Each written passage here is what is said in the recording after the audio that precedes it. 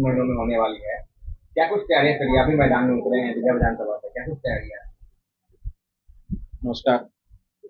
मेरा नाम सुमित कुमार है और मैं जन स्वराज पार्टी से दीघा विधानसभा के लिए प्रयासरत हूँ कि यहाँ एक कैंडिडेट हो सकूँ। तो तैयारी में हम लोग जैसा प्रशांत जी ने चाहा था कि कोई भी कैंडिडेट जो अप्लाई कर रहा है, जो कैंडिडेट होना चाहते हैं जन स्वराज की तरफ से, वो जिस तरह से काम करे, क्या किस तरह से लोगों से मिले, बात करे, तो हम लोग उन सब बातों को ध्यान में रखते हुए अभी हम लोग कुछ पॉइंट्स पर काम कर रहे हैं। जैसे हर संडे को हम लोग एक मेडिकल कैंप लगाते हैं, फ्री मेडिकल कैंप, जिसमें कि आँख के, दाँत के, हड्डी के, बच्चों के स्पेशलिस्ट, होम्योपैथिक डॉक्टर, सभी प्रकार के डॉक्टर अलग अलग हॉस्पिटल से आते हैं। तो उनके साथ हमारा टाइप है और हर संडे दीघा विधानसभा के अलग अलग मोहल्लों में हम लोग लगा रहे हैं। पिछले संडे को हमने इंद्रपुरी मोहल्ले में लगाया था। इसके अलावा हम लोग मीटिंग्स वगैरह करते हैं, लोगों से मिल रहे हैं, डोर टू डोर हर रोज सुबह और शाम अपने टीम के साथ जाते हैं, बात करते हैं, जनसुराज के बारे में बता रहे हैं लोगों को। लोगों के जो क्वेश्चन होते हैं जनसुराज के प्रति, मतलब जो शंकाएं होती है उसको हम लोग दूर करते हैं बात करके। तो चल रहा है, रोज लगभग 400-500 लोगों से हम लोग मिल ही लेते हैं। समाज क्षेत्र में भ्रमण कर रहे हैं, तो तमाम समस्या को भी देख रहे हैं। कुछ ऐसी समस्या बताइए जिनको आप हल करना चाहते हैं। देखिए, दीघा विधानसभा क्षेत्र में अगर समस्याओं की बात करें तो बहुत सारी समस्याएं हैं। मुख्य रूप से जो समस्या है जिस पर कि हर राजनीतिक पार्टी का ध्यान जाता है, जो राजीव नगर क्षेत्र का जो ज़मीन है, वो ज़मीन अभी भी फ्री होल्ड नहीं हो पाया है। सारे पार्टी आते हैं, आश्वासन देते हैं और चले जाते हैं, बरसों से ये ऐसा ही है। इसी तरह का इशू आपको नेहरू नगर में बाढ़ से बचने के लिए कुछ लोगों को घर बना करके दिया गया था बाद में। बाकी सभी जगह पर उस क्षेत्र को, उस घरों को फ्री होल्ड कर दिया गया है, लेकिन नेहरू नगर का अभी भी बहुत बड़ा क्षेत्र है जिसको फ्री होल्ड नहीं किया गया है। तो ये सब एक मुख्य मुद्दा है। इसके अलावा आप मुख्य मुद्दा में जाएंगे तो जब हम लोग बच्चा हुआ करते थे तो उस समय हमने देखा था कि इंडस्ट्रियल एरिया में कितने सारे फैक्ट्री होते थे, कितने लोग काम करते थे। आज सरकार का जो इंडस्ट्रीज के प्रति जो रवैया है, तो आप देखेंगे कि वहाँ से धीरे धीरे सारे इंडस्ट्रीज बंद होते चले गए हैं। अभी भी सरकार कोशिश कर रही है कि किस तरह से सारे इंडस्ट्रीज जो बचे हुए हैं उनको कैसे बंद कर दिया जाए, और वहाँ पे अपार्टमेंट्स, मॉल ये सब खोल रहे हैं। लेकिन सिर्फ अपार्टमेंट मॉल खोलने से यहाँ की जनता को फायदा नहीं होगा। यहाँ की जनता को रोजगार के लिए फैक्ट्रीज होने चाहिए, यहाँ का अपना कुछ उपज हो, कुछ सामान हम लोग बनाएं जो बाहर भेजें, उससे जो इनकम होगा तो राज्य का भी तरक्की होगा और लोग जो वहाँ काम करेंगे उनकी भी तरक्की होगी। तो ये भी एक बहुत बड़ा मुद्दा है कि जो पहले से इंडस्ट्रीज हैं हम उसको हटा रहे हैं, नया बना नहीं पा रहे हैं। तो जो है उसको बचाना चाहिए, सरकार का वो काम होना चाहिए। नए नए लोगों को थोड़ा मोटिवेट करना चाहिए कि आप आइए वहाँ अपना इंडस्ट्री लगाइए। तो ये काम नहीं हो रहा है। इंडस्ट्रीज को बंद करने की सारी तैयारी उनकी चल रही है। इसके अलावा जो लोकल लेवल पे और देखें हम दीघा विधानसभा में तो बहुत सारे नाले आज भी खुले हुए हैं। दीघा आसियाना रोड पर जब नाला खुला होता था उस समय का दीघा आसियाना, और नाला बंद कर देने के बाद वहाँ का जो एरिया का डेवलपमेंट हुआ, जमीन आसमान का फर्क है। ये काम हम लोग राजीव नगर में बरसों पहले कर सकते थे, ये काम हम लोग पटेल नगर में कर सकते थे, नेहरू नगर में कर सकते थे। अभी तो नीतीश जी आए हैं, राजीव नगर वाले का नाले के लिए ढकने का शिलान्यास करके गए हैं, लेकिन ये कब पूरा होगा ये भी अभी नहीं पता है। बाकी जगहों के नाले भी वही हाल है, सड़कों की स्थिति वही हाल बनी हुई है।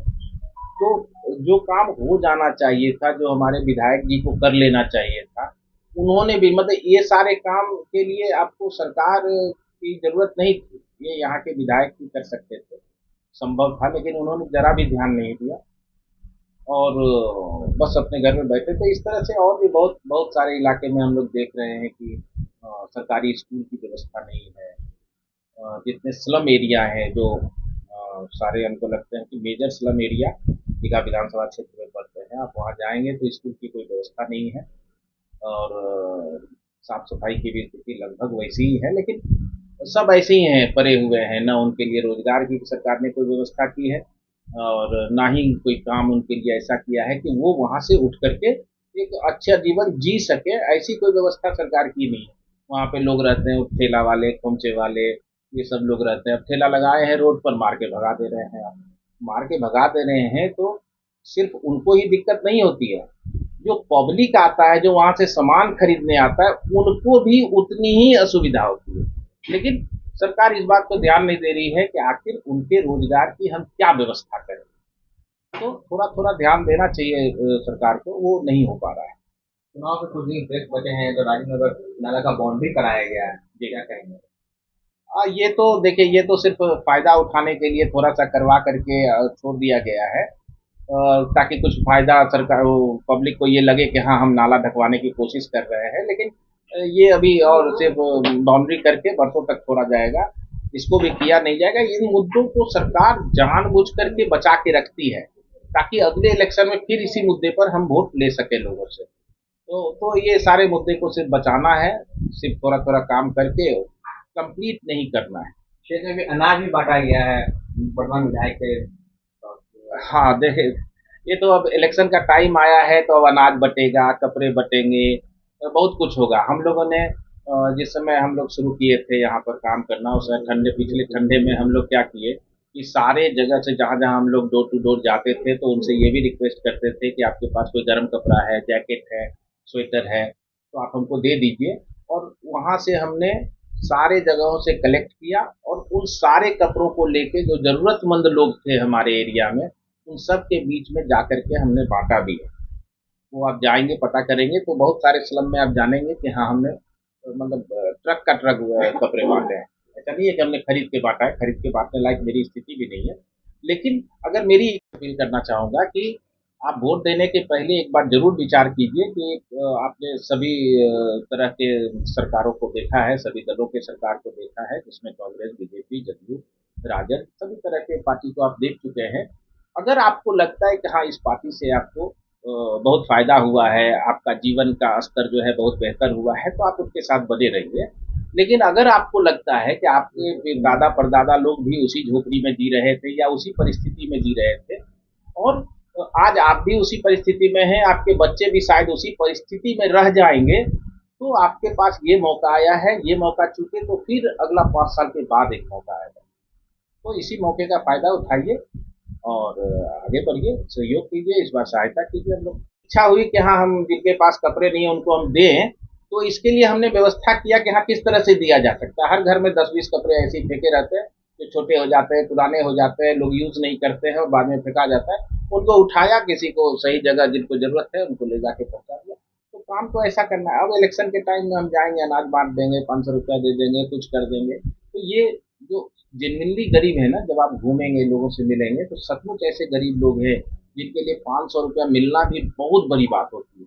आप उनको शिकायत नहीं कर सकते हैं कि आप 500 रुपया लेकर के वोट कर रहे हैं या 500 रुपया लेकर किसी के साथ जा रहे हैं, वो बहुत मजबूत लोग हैं। दीघा विधानसभा देखा जा रहा है लगातार बीजेपी का ही जीत रहा है, जैसे कितना चैलेंजिंग रहेगा आपके लिए? हाँ, ये बात तो मुझसे बहुत लोगों ने पूछा है। देखिए, दीघा विधानसभा मैं समझता हूँ कि बहुत आसान सीट है, क्योंकि जिस समय लालू प्रसाद जी की स्थिति बहुत चरम पर थी, बहुत अच्छी परिस्थिति में लालू प्रसाद जी थे, यहाँ शासन में भी थे, उस समय भी दीघा विधानसभा बीजेपी की सीट होती थी, लालू प्रसाद की सीट नहीं हो पाती थी। उनके सारे प्रयासों के बावजूद भी दीघा विधानसभा बीजेपी को ही चुन रही थी।